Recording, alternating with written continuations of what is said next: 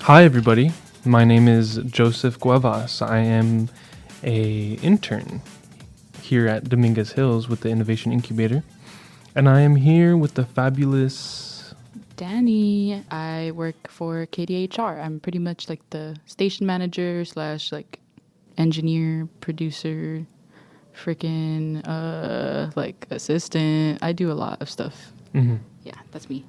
Danny does a lot of work with helping students that want to make their own podcasts, and even I believe faculty and staff as well. Yep, I work with some of the CICs to help them create podcasts with their own students, and then I also help students produce their own individual podcasts.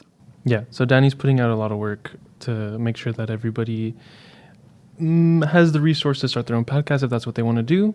And Danny, real quick question. Mm-hmm. What's the most interesting podcast application that you've gotten?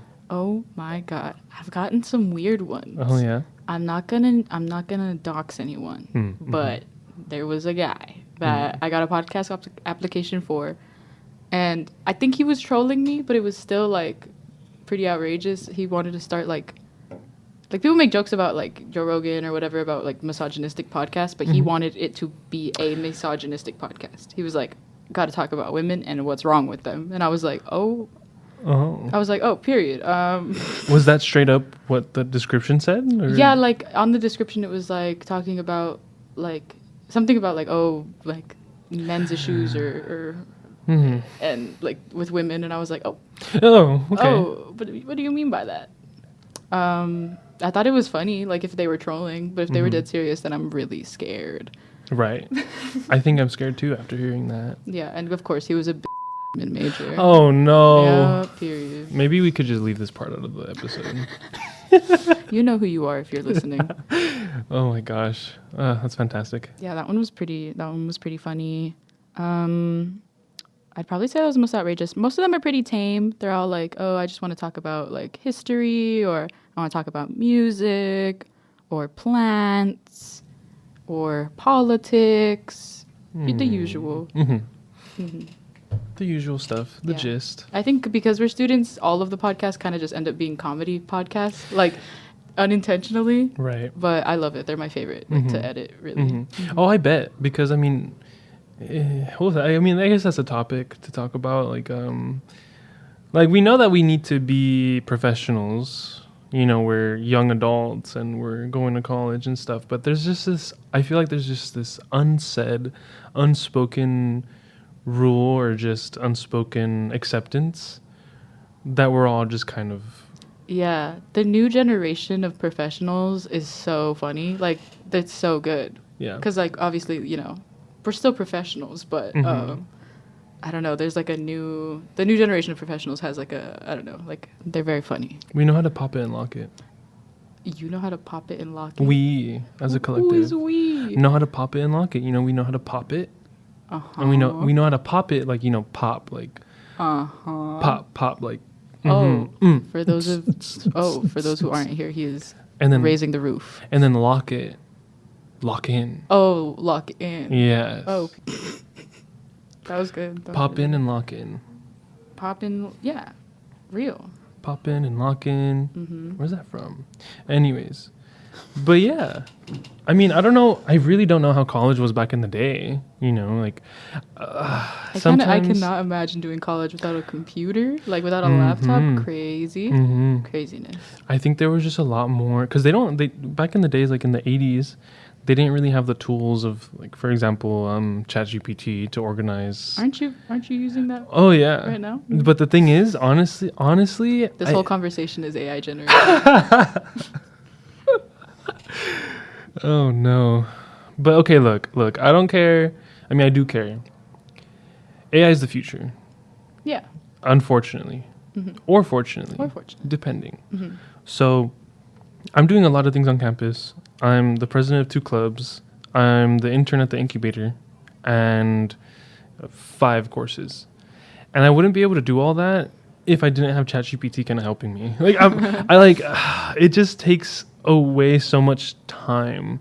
Like I could take notes and I could have ChatGPT organize the notes for me, for example. Yeah. And that's just a lot of tedious work, or not tedious work, but it's just a lot of stuff that I can put to the side to get to the next thing that I need to do. Yeah.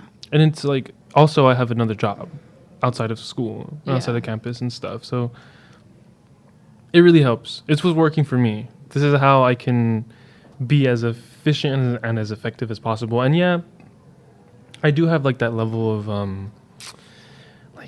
ChatGPT, you know, like there's that stigma for sure. Guilt. Yeah, weirdly. it's definitely guilt. But I feel like I'm applying it to what it's meant to be applied for. Like I'm not writing an essay with it. I feel that too. I remember in high school kind of making use of AI software before people really even knew what AI software was in helping me write out like outlines for like essays and stuff, because I would really struggle getting organized. So that's what I've used it a majority of for, is like to organize my thoughts or organize things. Yeah, definitely outlines for essays and stuff, because that's where I struggle. But yeah, I think it can definitely be a really good tool, because even in the world of audio engineering, like AI is kind of coming for audio engineers in a funny way. In a funny way? Yeah. Like funny haha or funny weird? Both. It's like funny because I know that there's like AI software that helps you like edit audio. You know, you kind of describe what you want, obviously, you know, prompt it, and then it helps you out. But AI has been a part of audio engineering for a really, really long time. I know that there's plugins that like separate, like if you have one song and it's all together in one track, there's AI software that like separates it between like, oh, this is the vocal part, this is the drum part, these are the strings, this is the bass line. How long would it take you to do that just without AI? Just if it was all you and the software and that's it? Probably a lot of time, because it's just a lot of knowing where these instruments fall on the frequencies and having to take out those frequencies. Gotcha. So it would be a really, really long time, and it does it like almost instantly. Oh, wow. That's scary. Yeah, a little bit. But, I mean, it's scary, but you also need to know how to use it. Yeah, it helps streamline your work, I think. So pros and cons to it for sure. Yeah. But it's definitely the future, so we can't avoid it. Exactly. Exactly. You know what's funny is like almost every podcast episode I record, somehow we talk about AI. It's just it's revolutionary. It's topical. Dude. It's relevant. It's not relevant. And it's not going anywhere. It's provocative. It gets the people going. Yeah, I think everyone definitely has their opinions on it, and it's. And then I also think just a little side note, because I have this friend that's just like, I tell him, you know, that I use ChatGPT, and I got to the point where I would use it to freak him out, like talk to him, talk to the GPT and stuff, because he thinks that it's at the level of her. Have you seen that movie? Oh yes, I've seen it. He thinks it's at that level. I'm like, no, it's not. It's not. I'm sorry, you can't. You're not in love with ChatGPT. Love is a very strong... What's the long pause? I thought that would be an easy... No. Love is a very strong word. With that said, yes. No, I'm just kidding. Oh my gosh. No. But, I mean, I love the efficiency of it. I love that it helps me do research on my pet so I could take care of them better. You know, like create a routine for my dog, create a routine for my bird. Cute. My little parakeet. You have a bird? Yeah, a little parakeet. Aww. It was a gift from a friend. That's so I know, cute. another friend. So many friends. Yeah, so my friend, he's always just saying, "Oh, when the AI steals your data and it gets uploaded to Skynet, don't come crying to me." And, that's so funny. And I'm just like, look, man, look, man. The people that are really experimenting with AI right now and like using it to their day to day, we're gonna be the ones that know how to stop it whenever things go down. Or probably not. There's probably more than just knowing how to do prompts and stuff. Yeah, I get what you mean though. That like, you know, you can't really avoid it because it's rapidly rapidly evolving and like becoming better and better. So you can't really avoid it. So if the people who are avoiding it for as long as possible, by the time it gets to them, it's like, yeah, you kind of got to be up with the times. Yeah, exactly. Like sink or swim.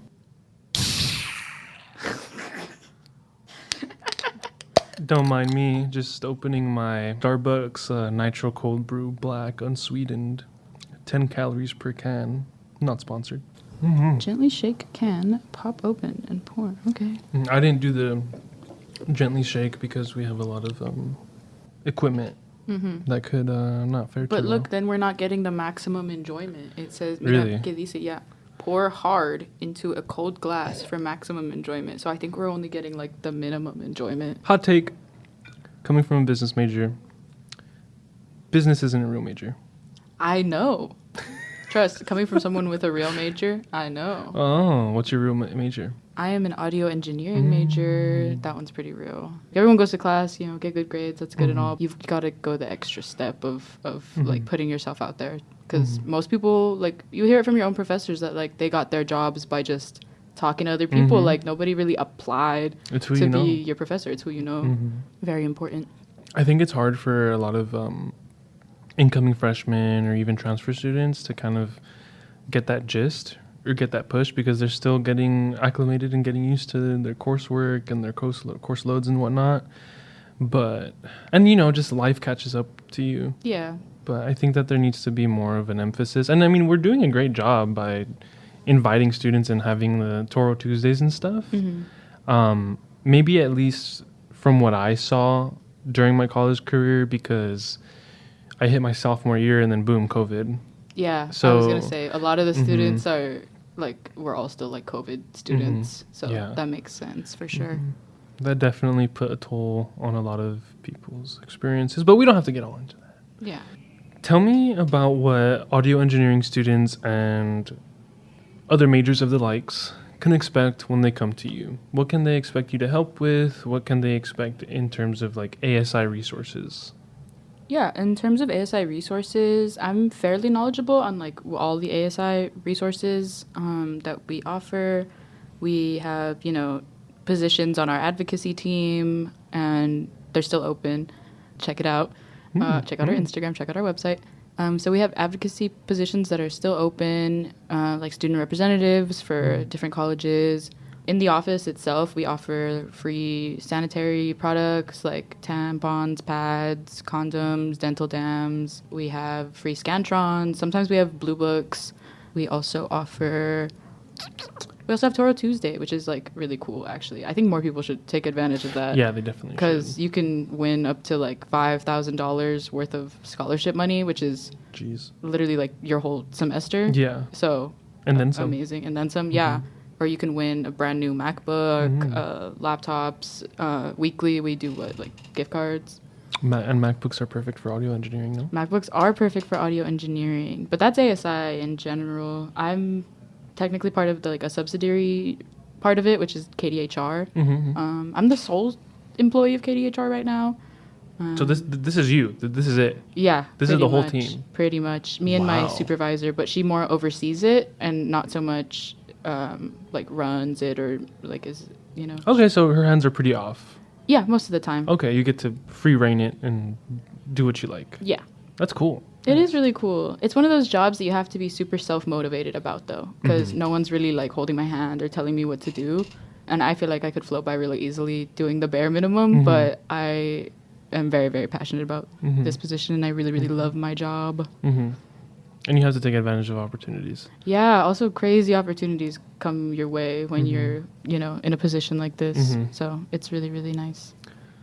Opportunities do come your way, but if you were just cruising through, they wouldn't really be opening to you. You just kind of be where you're at. Yeah, it's kind of like what we were talking about earlier with class. I could just show up and do the bare minimum and leave and go home and that's it. But, when you put the extra effort into it, it totally pays back.